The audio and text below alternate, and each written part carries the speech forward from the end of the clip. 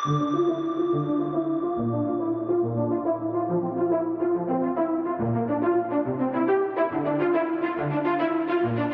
is the Multi-Faith Matters podcast. I'm your host, John Moorhead.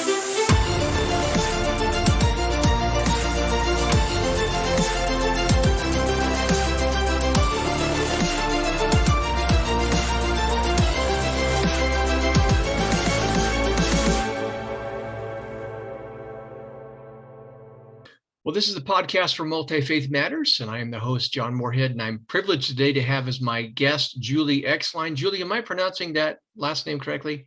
It seems pretty straightforward. Let me read a little bit of her bio. Julie is professor of psychology of religion and spirituality at the College of Arts and Sciences at Case Western Reserve University. Julie's broad research interests center on the psychology of religion and spirituality, with a special emphasis on two topics. Number one, religious and spiritual struggles, and number two, the causes and consequences of supernatural attribution, that is, supernatural explanations for events. Julie, welcome to the podcast. Thank you so much, John. It's my pleasure to be here. We're going to be talking today about a paper that I stumbled upon. A little background for context for Julie and perhaps for listeners and viewers. I'm doing ongoing research for a co-authored volume on satanic panics. And one of the chapters is going to look at how the New Christian Right latched onto the COVID-19 vaccines and the whole spirituality and political aspects, and some saw it as demonic and a sign of end times and this type of thing. And I was speaking in another podcast with some other guests looking for somebody to address those kinds of topics. And they came across this great article that Julie and her colleagues wrote. It's got a long title, so bear with me, folks. The title of this in the Journal of Religions is Demonic and Divine Attributions Around COVID-19 Vaccines, Links with Vaccine Attitudes and Behaviors, QAnon and Conspiracy Beliefs, Anger, Spiritual Struggles, Religious and Political Variables, and Supernatural and Apocalyptic Beliefs. I almost had to take a breath during the title, but there's a lot in there. And Julie wrote that with her colleagues, Kathleen Pate, Joshua Wilt, and William A. Schutt. I hope I'm pronouncing that correctly. They could not be with us, but we're thankful to have Julie here. So with all of that, I'm just fascinated by this topic. I must say, as someone who spent many years studying academically the interactions between religion and pop culture, I did not see the reactions, religious and political, to the COVID-19 pandemic and vaccines. So I guess my introductory question is, were you surprised by it? And what was it that led you and your colleagues to want to tackle this in this paper and this research? Yeah, this is a topic, this broad topic of people turning to God or the devil as explanations for events is something that we've been studying for a few years. And because I've been studying spiritual struggles for a long time, demonic struggles are some of the ones that are of interest to us. So people feeling like the devil's attacking them, tempting them, trying to pull them off the path. These are things I've been interested in for a long time. So we saw an opportunity here because we're already interested in these questions of what would make somebody think that the devil's behind something, or especially maybe the actions of another person. And what might be some of the consequences of thinking that the devil is involved. And in the study that we did here, this is what we call a cross-sectional study, meaning it was just one survey given at one point in time.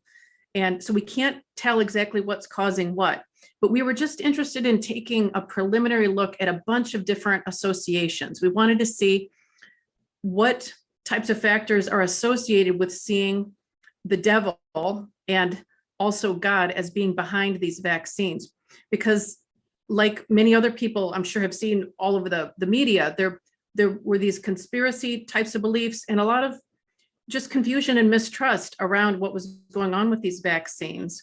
And in our environment of political polarization in our country right now, that's just so intense. The divisiveness of attitudes around the vaccines right at the beginning was something that got us interested. And then especially some of the conspiracy things we were hearing made us think this would be a good chance to do a study on the extent to which people might see the devil as being behind these vaccines and what that might associate with. So I know that's a long answer. I usually give fairly short answers, and I usually have fairly short titles for my papers. But on this one, we were trying to pack in everything from our data set that correlated with these attributions. No, that's fine. I think the title is great. It lets folks know exactly what to expect as they look at it. I must say I was pleasantly surprised to find a paper. And one of the things I'm interested in seeing in the future, just to put a bug in your ears, I wonder, many times you've got theologians who sometimes are looking at this critically, trying to explain what their own religious community, then you've got the academic community doing theirs from a very different analytical framework. And I would love to see future research that combines those, that brings those together so we understand the psychology that's influencing the theology. And that's kind of how I, a few years ago, through a couple of grants, brought social psychology into conversation with theological types of issues. Now, you discussed two hypotheses in your paper. They're called the Supernatural Worldview and God versus the Devil. Can you unpack and describe what those are? Sure. Well, when we were trying to look at what these beliefs about demonic and divine intervention with the vaccines, when we were trying to look at what they would relate to in terms of other variables like religious beliefs or vaccine attitudes, on the one hand, you could say, well, divine and demonic beliefs are going to go together, right? People who are more like conservative Christians in particular, and who are more devout, are going to report stronger belief in both God and the devil, and are going to tend to see God and the devil as both being active in the world. So on the one hand, you could expect that anything that correlates with beliefs that the devil was behind the vaccine is going to be picking up a lot of this general worldview that I believe in God, I believe in the Bible, I believe in the devil, I believe the devil's active, and all of this. So you could easily see that believing that the devil influenced the vaccine goes along with a lot of other just kind of positive religious indicators, feeling close to God, seeing God as powerful, because it's all part of this. Often in our country, usually it's a Christian worldview. So when we were looking at our associations, we sometimes we're expecting to see that and had to kind of tease that apart.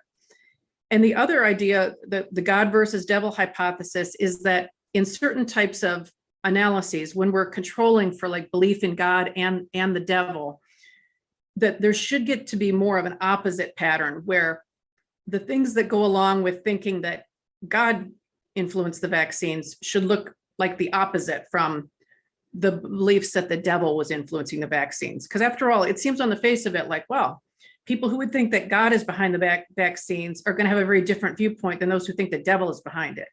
But because you've got this whole often Christian religious worldview that undergirds both of those and are going to affect the way that people answer those questions, we had to kind of make room for both of those in our study. And I'm assuming that given the Christian worldview of folks, that they're often closely related. One of my criticisms many times of conservative Christians is it's almost dualistic. You've got, in fact, many times the argument will be, well, if I can prove the existence of the devil, or I think the devil's there, well, naturally God must be there.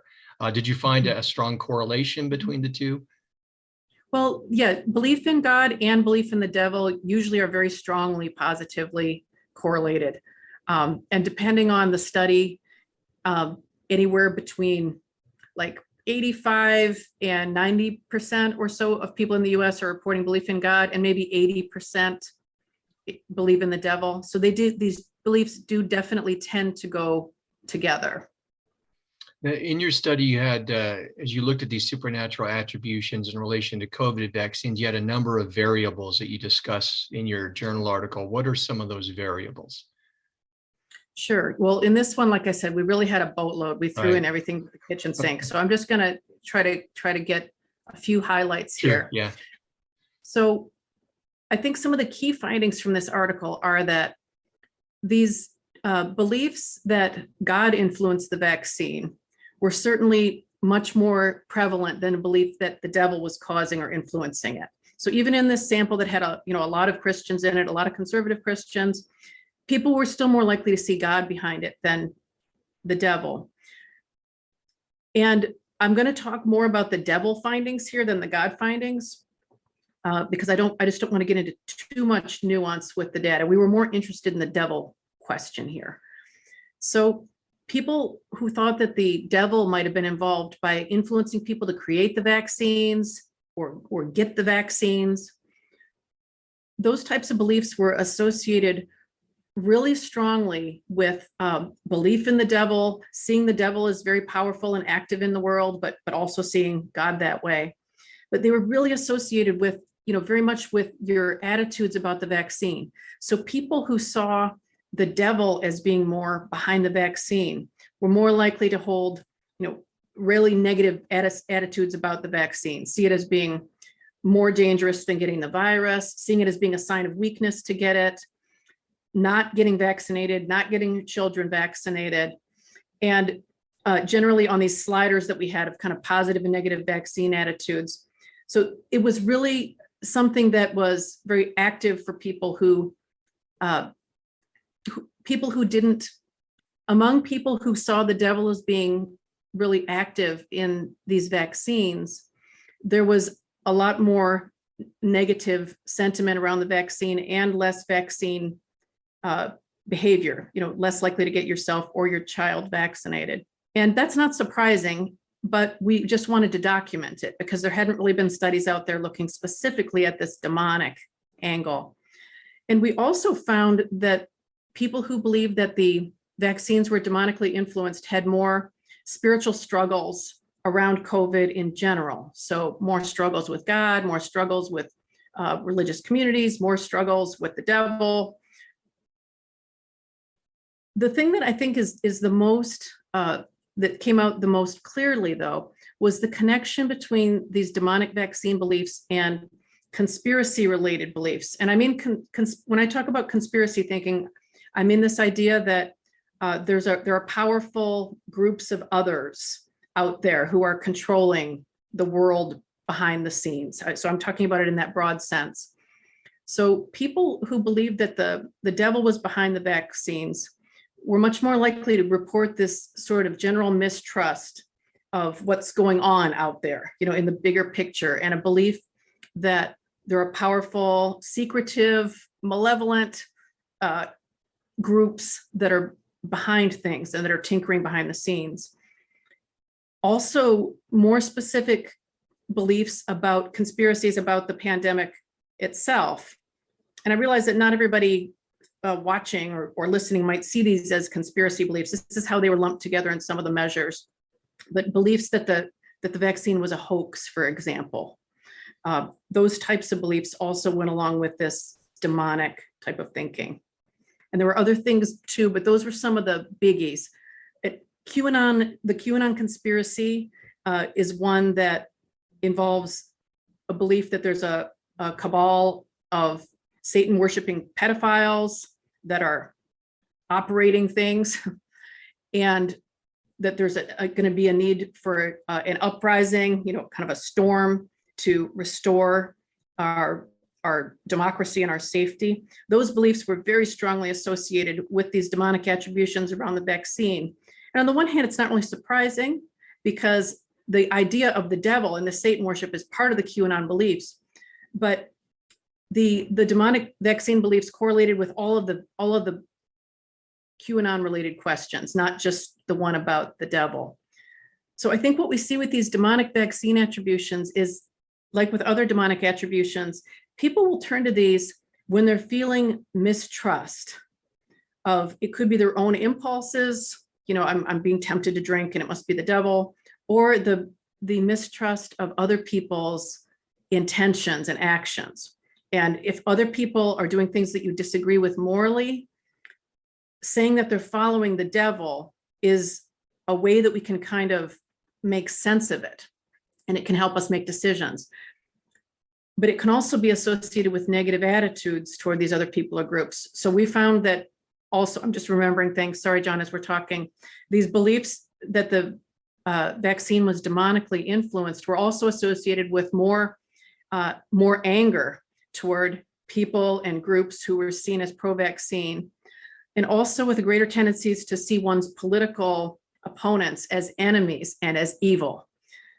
So I think this process of demonizing, when we apply it to other people, is something that can be really risky socially, because it really might feed into this idea of seeing other people as enemies. It could be both a reflection, but maybe also add fuel to the fire for those types of perceptions. Yeah, as I listen to you share these things, it's interesting how this dovetails. I had Kurt Gray on, a social psychologist who talks about harm-based morality. And as I kind of look at this and do some of this background research for the book, it seems to me that there's a segment of American society, these conservative Christians, who see political liberals, members of other religious traditions, as causing moral harm, not only to them, their supposed loss of freedoms to practice their religion, but also political harm to the nation. And that reinforces their anger and this type of thing. And it's interesting you mentioned QAnon.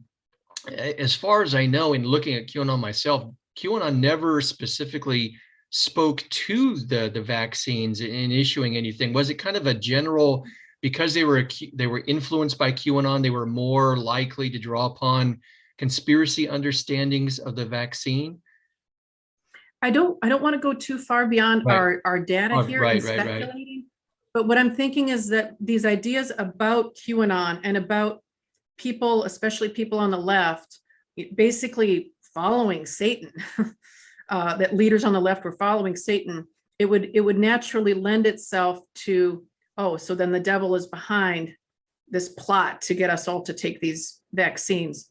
But I'm speculating there in terms of the order of events. People might have already had some of these QAnon ideas that they've been exposed to in different places and maybe found persuasive. And the demonic vaccine beliefs would just kind of fit right in there as part of that package of trying to explain things. Your paper also mentions apocalyptic beliefs, and I've seen some folks attribute the vaccines to having, it's a fulfillment of the mark of the beast and this kind of a thing. Was that a significant factor as well? Did it kind of dovetail with conspiracy thinking? Yeah, and sorry about this. Because we had so many findings and I didn't want to talk for 10 minutes, I cut a little bit of this off. But yes, there was a specific item on this Public Religion Research Institute set of items that got at the idea of the vaccine involving the mark of the beast and being a sign of biblical prophecy, that this was like, getting the vaccine would be like getting the mark of the beast.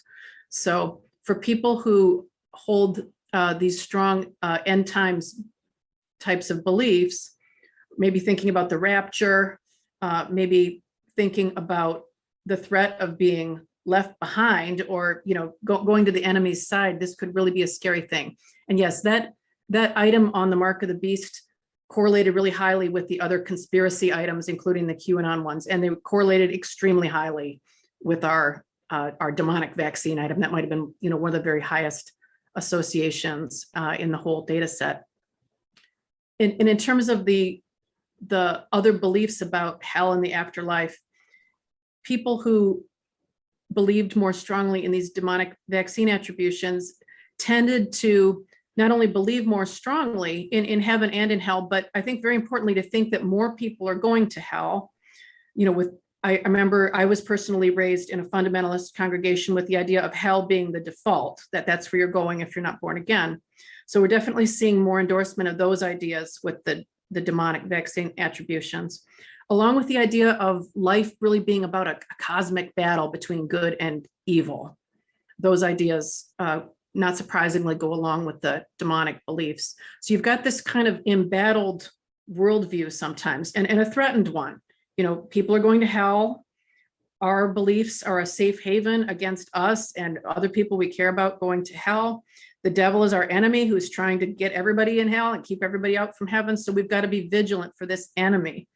We don't trust what's going on on the left or with these other groups, whether even maybe within Christianity, we don't trust them. And so we're wanting to really have our boundaries up to protect ourselves, to make sure that we don't get sucked into something that might be really a sign of rebellion against God or taking the mark of the beast. I mean, that's pretty serious stuff. I know, as I was raised, I would have been terrified if I had heard something like that. Is this the mark of the beast? Am I going to be left behind if I take this? That's going to add some fuel to the fire beyond just, oh, I disagree with these people, so I think they're being evil. That really takes it to another whole level. Yeah, that is scary stuff. My wife was also raised in a very conservative, if not fundamentalist Baptist group growing up. And she remembers as a child watching films with the congregation, which dramatized their understanding of Revelation and end times. And it still haunts her to this day. And even though she's not in that, religious place anymore, and I've found materials online that there was a whole generation of people who were similarly traumatized. So I can see the potency of these kinds of ideas. And then when they come together with other ideas, it can be a very strong set of motivators for belief and practice and these kinds of things. Can you talk a little bit about the profiles and the kinds of people who tended to hold these demonic kinds of beliefs? Were they more Christian? Do you have an idea of where they were coming from in terms of their background? Sure. I think people who were, Christian as opposed to other traditions, more conservative, stronger belief in God and the devil, but also stronger belief that that God and the devil are active in the world, that they're not just kind of sitting back, or they're not these impersonal forces. Also, so it's really people who hold these beliefs very strongly, but who also hold those background beliefs about the life is a cosmic battle and people are going to hell. And there were also, we didn't look very much at personality variables because we had so much jammed into this study, but people who were a little bit less agreeable, meaning a little less trusting of other people. That's one facet of agreeableness, because this idea of mistrust often goes along with demonic types of beliefs. And also we had a set of variables I haven't talked about that are related to conservative Christianity often, but they're not equivalent. So people were more likely to have both divine and demonic attributions about the vaccines. If they were stronger in Christian nationalism, authoritarian types of thinking, had more traditional views of masculinity, and endorsed more fundamentalist beliefs. So more beliefs in things like the inerrancy of the sacred text, which was usually the Bible. So I guess what I would see if I had to try to envision a person who would very strongly make these vaccine attributions, it would be a person who held those types of religious beliefs combined with being politically conservative and watching a lot of conservative news media. So we did find, people who watched Fox News more than watching other sources. It wasn't a huge effect, but there was a difference. People who were more likely to have voted for Donald Trump for president and were more likely to say they would do so again. These weren't the strongest associations. The religious beliefs and the beliefs specifically about God and the devil and people are going to hell and it's a battle, those were much stronger than just being a political conservative. But all of those things kind of tied together. And then if you also have a person who is less trusting of others on top of that, that's going to be a person who's going to be more likely to see the devil acting behind these vaccines, especially if whatever their media sources, social media sources, whatever sources they trust have been promoting ideas suggesting conspiracy around the vaccines. They're going to be likely to trust these sources. These are my safe sources in this dangerous world. This is who I'm going to trust. Yeah, it was interesting. Last night I happened to catch a podcast that had Interesting. A couple of comedians that aren't really usually well known for deep thought, but somehow they stumbled onto an individual that was in the production crew as they were recording, who happened to hold to a couple of different conspiracy theories. One, he was a flat earther, and also he believed that the US government was behind the bombings of 9/11 and the Twin Towers.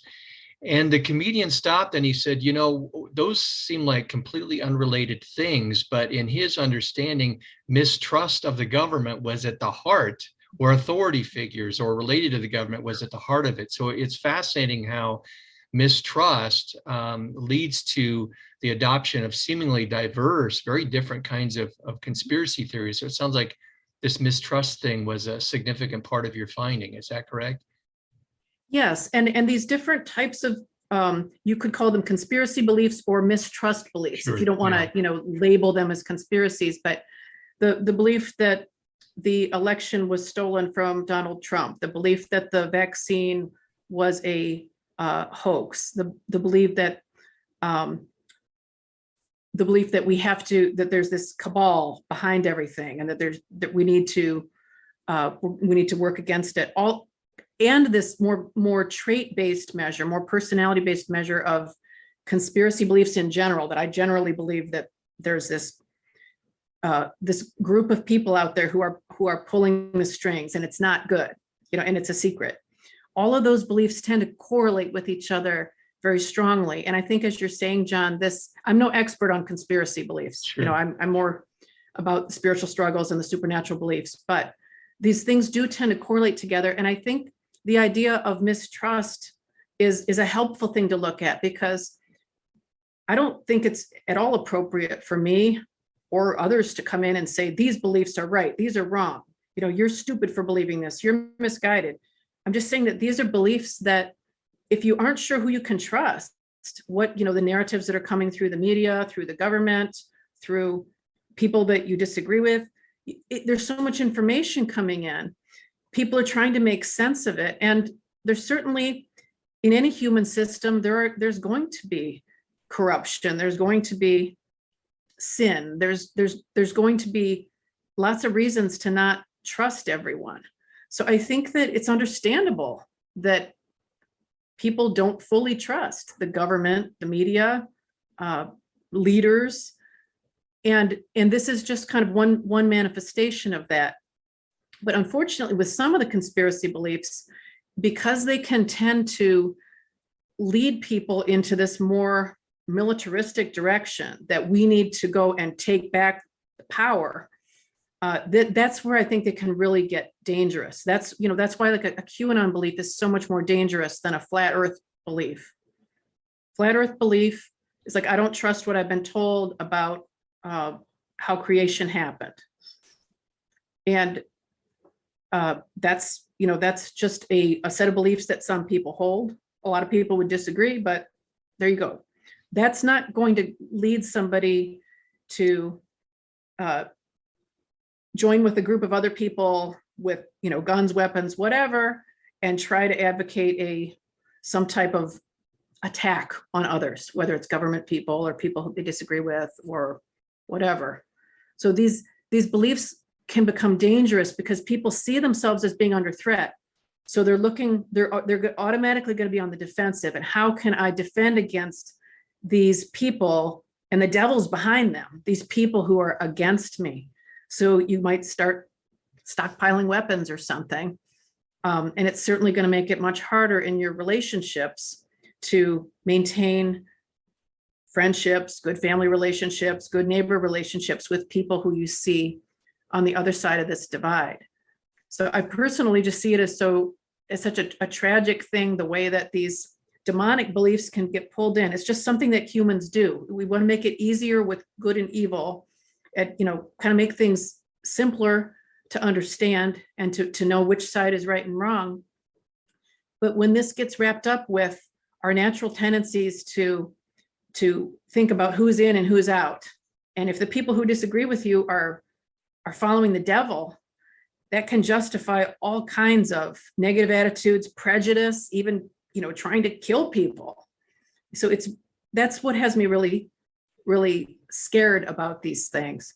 is not so much just the demonic beliefs, but the way that they can cause us to other people, to othering, I'm using it as a verb, Right. cause us to push people further away and to maybe even feel like they should be, whatever, in prison, killed. We've got to get them out of here. And this is where some of the purity thinking that often comes in around religions of any type, especially in their more conservative forms, but it's a tendency that comes in with religion. Who's my group? What are the rules? Who's in, who's out?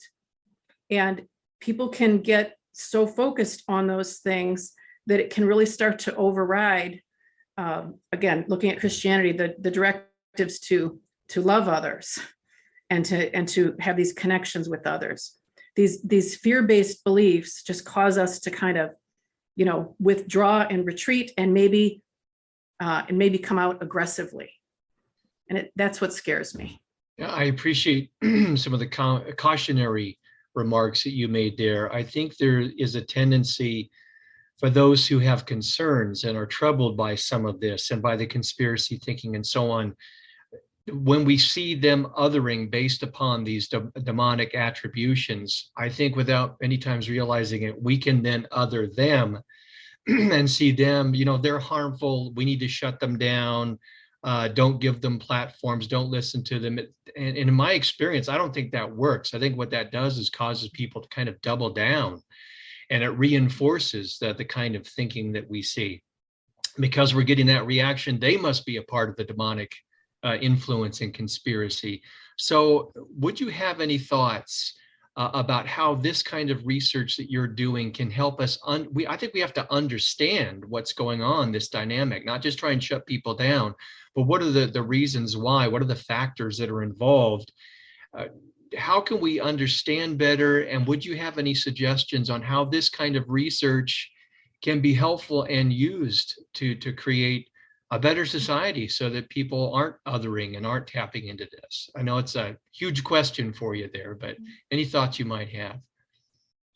Well, I mean, I know that this podcast, that a lot of the people who are listening or watching are coming from the Christian tradition.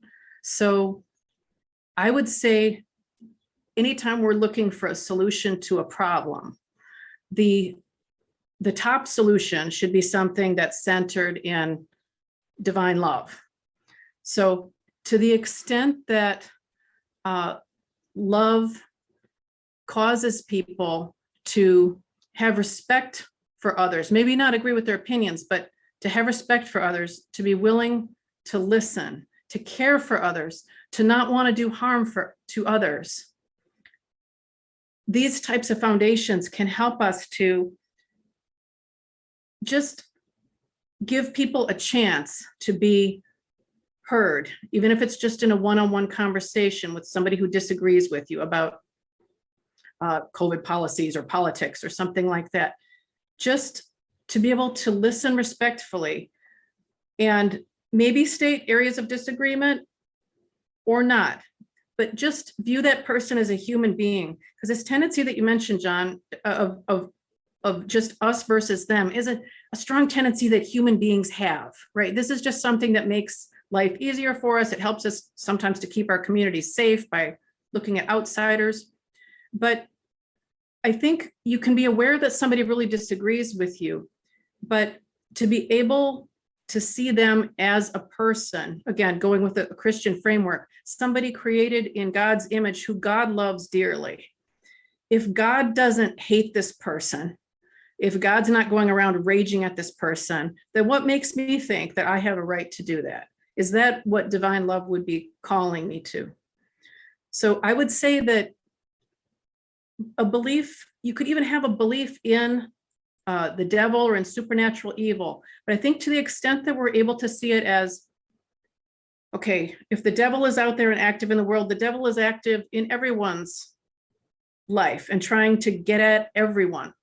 There's moment by moment decisions that we have in daily life where we could choose to follow the way of love and the way of life as we understand it, or we can choose through pride or fear or whatever it is to just withdraw.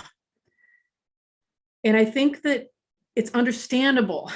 We get scared and that we want to retreat and withdraw and defend ourselves. So it's not about going out and being blind and saying, oh, I just believe everything that everybody's telling me, and we're all saying the same thing. It's more about being able to look at individuals with love and be able to cultivate that loving attitude.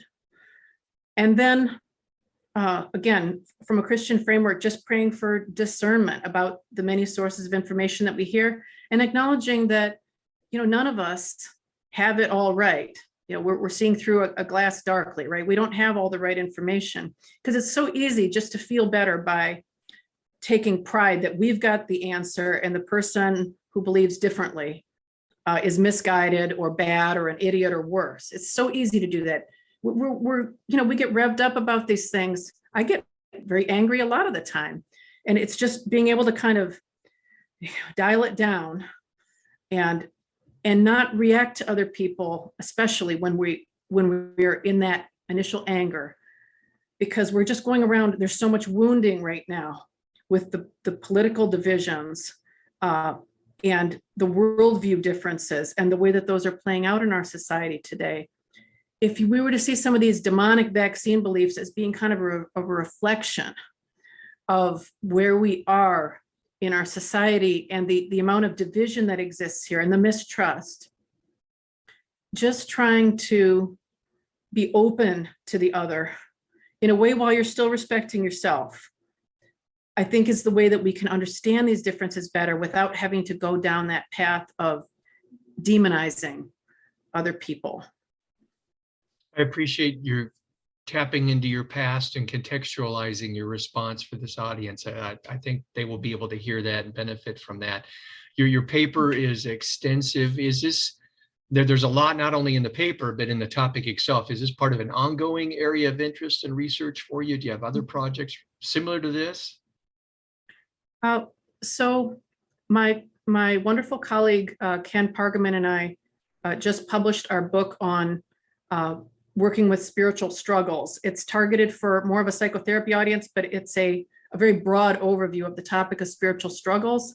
So the idea of people getting angry at God, feeling punished by God, worrying about the devil, having issues with religious people or organized religion, all kinds of different struggles. This is something these are things I've been working on for the past couple of decades.